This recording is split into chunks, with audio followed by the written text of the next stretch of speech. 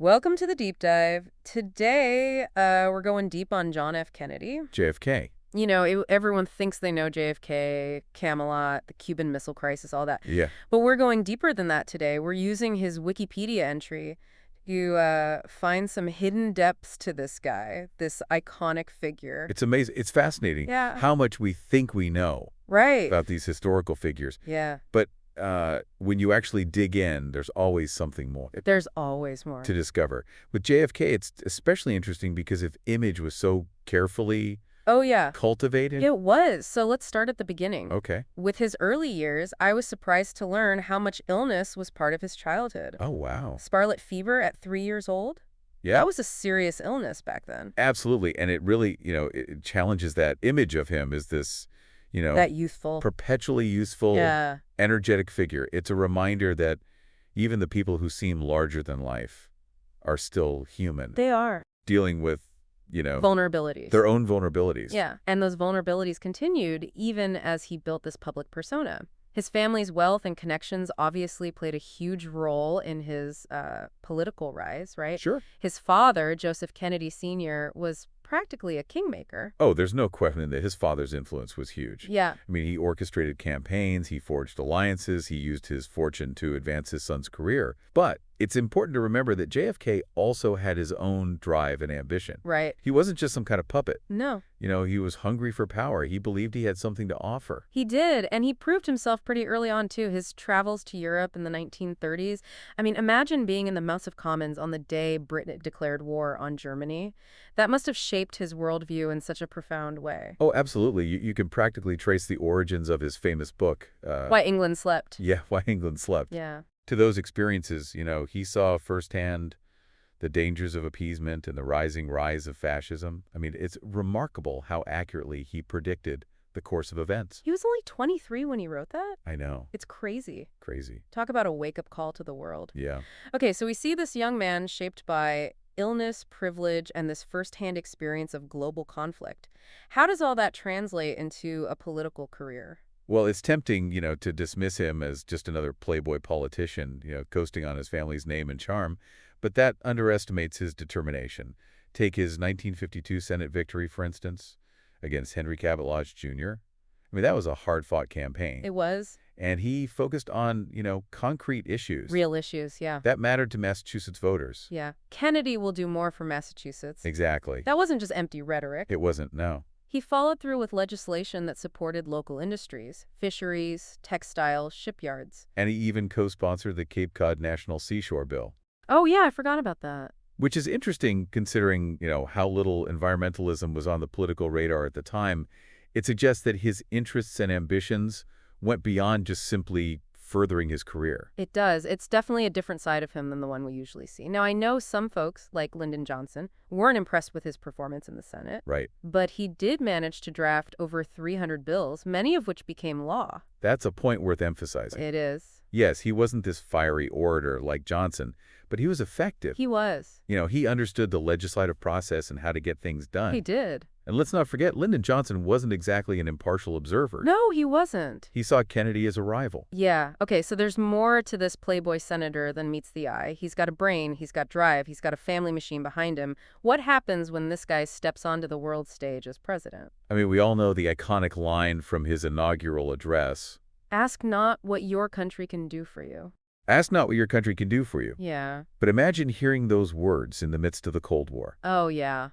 It's true. The world was on edge, nuclear annihilation, a constant threat. It gives those words a whole new weight, doesn't it? It's easy to forget just how terrifying that period was. And while Kennedy, he spoke of peace and cooperation, he also understood the need for strength. He increased America's nuclear arsenal, Really? adopting this strategy of flexible response. I have to admit, I'm not entirely sure what flexible response entailed. Was it just about having more nukes, or was there more to it? It was a significant shift from the previous massive retaliation policy, which basically said, we'll respond to any Soviet aggression with overwhelming nuclear force. Oh, okay. Flexible response allowed for a wider range of options, from conventional warfare to covert operations to, yes, even nuclear strikes. So it was about having more options, but also being more prepared to use them? Right. That's kind of chilling when you think about it. It reflects the complexities of Kennedy's thinking. Yeah. He longed for peace, but he also felt the immense pressure of leading the free world against what he saw as a very real threat. It's like he was walking this tightrope, trying to project strength without provoking a full-blown war. And speaking of tightropes, those lesser-known Cold War events, they really highlight just how precarious the situation was. Absolutely. I mean, take the Congo crisis, for example. Right. A newly independent nation facing a secessionist movement in Katanga, backed by the Soviets. Yeah. Kennedy saw this as like a crucial battleground in the fight against communism, and he supported UN intervention. And then there's Cuba. Oh, yeah. We all know about the Boat of Pigs fiasco, but Operation Mongoose, Right. those covert attempts to overthrow Castro, it's like something out of a spy thriller, sabotage, assassination plots. It's a far cry from Ask Not. It's a dark chapter, no doubt, Yeah. in his presidency. But it also shows, I think, the intense pressure he was under to contain communism. I mean, he saw Castro as a direct threat, 90 miles off the coast of Florida, Right there. and he felt he had to act. And then there's Vietnam. He increased the number of advisors there, authorized the use of Agent Orange. It's a far cry from the peacemaker image we often associate with him. And yet some historians believe that, he was having second thoughts about Vietnam. Oh, really? Yeah, that he might have even considered withdrawing after the 1964 election. His views were evolving, and it's impossible to know for sure what he would have done, if he had lived. Right. Yeah. It's one of those what ifs that historians will debate forever. But even amidst all of this Cold War maneuvering, there's one event that stands out Yeah. as the defining moment of his presidency, the Cuban Missile Crisis. Oh, yeah. 13 days Yeah. in October 1962. 1962, yeah. That brought the world to the brink of nuclear war. I mean, it's hard to imagine the tension. It is. The fear, the sense that everything could unravel in an instant. I've read accounts of those 13 days, and it's absolutely gripping. The discovery of those missile sites, the naval blockade, the exchange of letters between Kennedy and Khrushchev, it's like a slow-motion car crash. Yeah, the discovery of those missiles was a shock, a betrayal of what Kennedy had believed to be, Khrushchev's occurrences. He felt personally misled, and the stakes couldn't have been higher. And then, to make matters worse, a U.S. U-2 spy plane is shot down over Cuba. You'd think that would be the tipping point, the moment everything goes up in flames. It's a testament to Kennedy's temperament, his ability to remain calm under unimaginable pressure, Right. that he didn't overreact. He understood that a single misstep could trigger global catastrophe. So much restraint. It's almost superhuman. It's certainly a quality we could use more of in today's world, I think. Okay, we've covered JFK's early life, his political career, and his handling of some of the most intense Cold War moments. But there's another side to his presidency that often gets overshadowed by all the global drama, Right. his domestic agenda. And while civil rights, rightly occupies a prominent place in his legacy, there are other aspects that deserve attention, Okay. some of which might surprise you. All right, lead the way. What hidden gems are we uncovering next? All right, let's see here. One area where Kennedy's personal life really influenced his policies was intellectual disabilities. Oh, right, his sister Rosemary. Yeah, She had intellectual disabilities. That must have had a profound impact on him. it did. He saw firsthand the stigma and the lack of support for people with intellectual disabilities. It just wasn't something that was openly discussed or even understood back then. As president, he made it a priority to change that. Did he face pushback on that? Hmm. I mean, it seems like a pretty bold move for a president, back in the early 1960s. He did face some opposition, but he was determined to use his platform to advocate for those who couldn't advocate for themselves. In 1963, he signed the Community Mental Health Act. It was a landmark piece of legislation. It provided funding for, local mental health centers and research. So shifting care away from large institutions and into communities, that must have been pretty revolutionary at the time. It was a significant shift in thinking about mental health, and it's a part of his legacy that's often overlooked, I think. Yeah, I think so too. It speaks to his empathy, his willingness to, champion those who were marginalized. It's amazing how, a personal experience like that can ripple outwards and create real change. Okay, so beyond civil rights and intellectual disabilities, what other surprises are hidden in JFK's domestic agenda? Well, here's one I bet you didn't know. He was thinking about automation and job displacement, way back in the early 60s. Wow. Really? Yeah. In 1962, he signed the Manpower Development and Training Act. It was specifically designed to retrain workers who had lost their jobs due to automation. That's incredibly relevant today. I know. We're seeing the same anxieties now with AI and robotics. Exactly. It's like history repeating itself. It is. And it shows that Kennedy was thinking ahead. trying to anticipate the challenges of a rapidly changing economy. He understood that technology would bring progress, but also disruption. And he wanted to make sure that workers weren't left behind. So a bit of a safety net in a time of technological upheaval. Right. That's pretty forward thinking. What else? He was also a big proponent of international trade.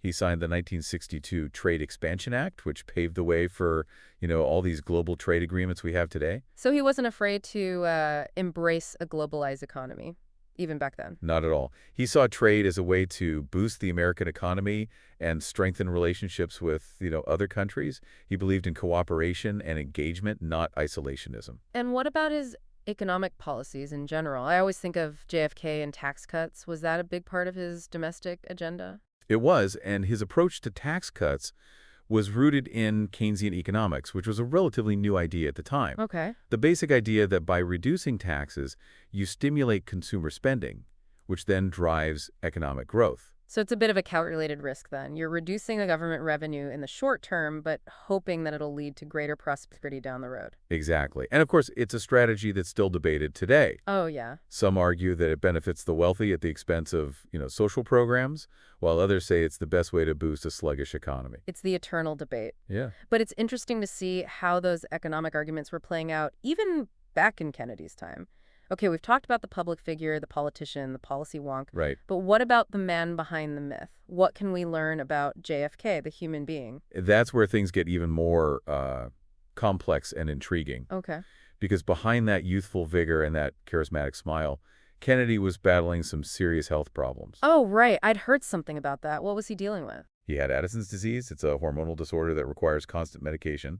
He also suffered from chronic back pain, which was often debilitating. Wow, I had no idea it was that serious. It's amazing he was able to function at such a high level, I know. let alone project this image of strength and vitality. It was a carefully guarded secret known only to a small circle of advisors and family. He was afraid that, if the public knew about his health problems, it would undermine his authority, his ability to lead. It makes you wonder about the toll it must have taken on him, Yep. physically and emotionally. I mean, to be carrying that burden while also dealing with the pressures of the presidency. There's no doubt that it impacted him deeply. And yet, despite these challenges, he and Jackie brought this new energy to the White House. They were young, they were glamorous, they projected this image of a vibrant, modern America. It's that Camelot image, isn't it? The fairy tale aspect of the Kennedy presidency. But of course, no fairy tale is complete without its shadows. And we have to talk about the elephant in the room, JFK's extramarital affairs. Right. And those revelations, which, emerged after his death, really shattered the illusion of the perfect marriage of a flawless first family. It's a stark reminder that behind the, carefully crafted public image, behind the myth, JFK was a complex and flawed human being, just like the rest of us. He was. And it's that complexity, I think, that mix of idealism and ambition, of strength and vulnerability, that makes him such an enduringly fascinating figure. Okay. We've covered a lot of ground here, from his privileged but illness-ridden childhood to his handling of the Cold War to his complex personal life. I have to admit, I'm seeing JFK in a whole new light. That's the beauty of a deep dive like this. We go beyond the surface, beyond the simplistic narratives, and we really grapple with the complexities of, a historical figure. And with JFK, those depths are both inspiring and troubling. They are, and they raise some big questions. What if he hadn't been assassinated? How would history have unfolded differently? It's almost impossible not to play that what-if game with JFK. What if he had lived? Would he have actually pulled out of Vietnam like some evidence suggests? Would he have achieved more of his domestic goals? Well, those are questions that historians are going to grapple with forever. Right. We can analyze the past, look for patterns, make educated guesses, but we can never truly know what might have been. It's like trying to piece together a puzzle with some of the pieces missing. You can see the overall picture, but there are always gaps. Always mysteries. And those mysteries are part of what makes history so captivating, don't you think? It's not just like, a collection of facts and dates. No. It's a story, full of intrigue, drama, and human complexity. Absolutely. And in JFK's case, it's a story that continues to fascinate us, even decades after his death. I gotta say, this deep dive has really given me a whole new perspective on him. I feel like I've peeled back the layers and seen the man behind the myth. That's what we aim for. Yeah. Going beyond the surface, going beyond the simplistic narratives, and really grappling with the complexities of, this historical figure. And JFK is certainly complex. He was a man of contradictions. Idealistic yet pragmatic, charismatic yet deeply flawed.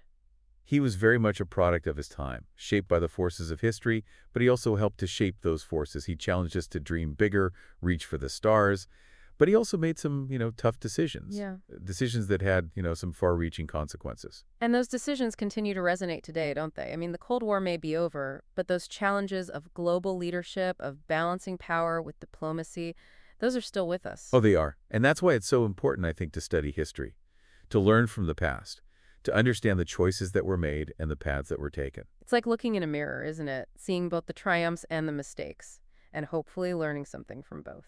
Exactly. And for anyone listening who's, feeling inspired to learn more about JFK, I encourage you to, seek out some primary sources. Oh, yeah. His speeches, his letters, even his personal diaries. Yeah. They offer a real, glimpse into his mind, his motivations, his struggles. And there are some fantastic biographies out there, too. Oh, yeah, I know I've got a few on my reading list now. for sure.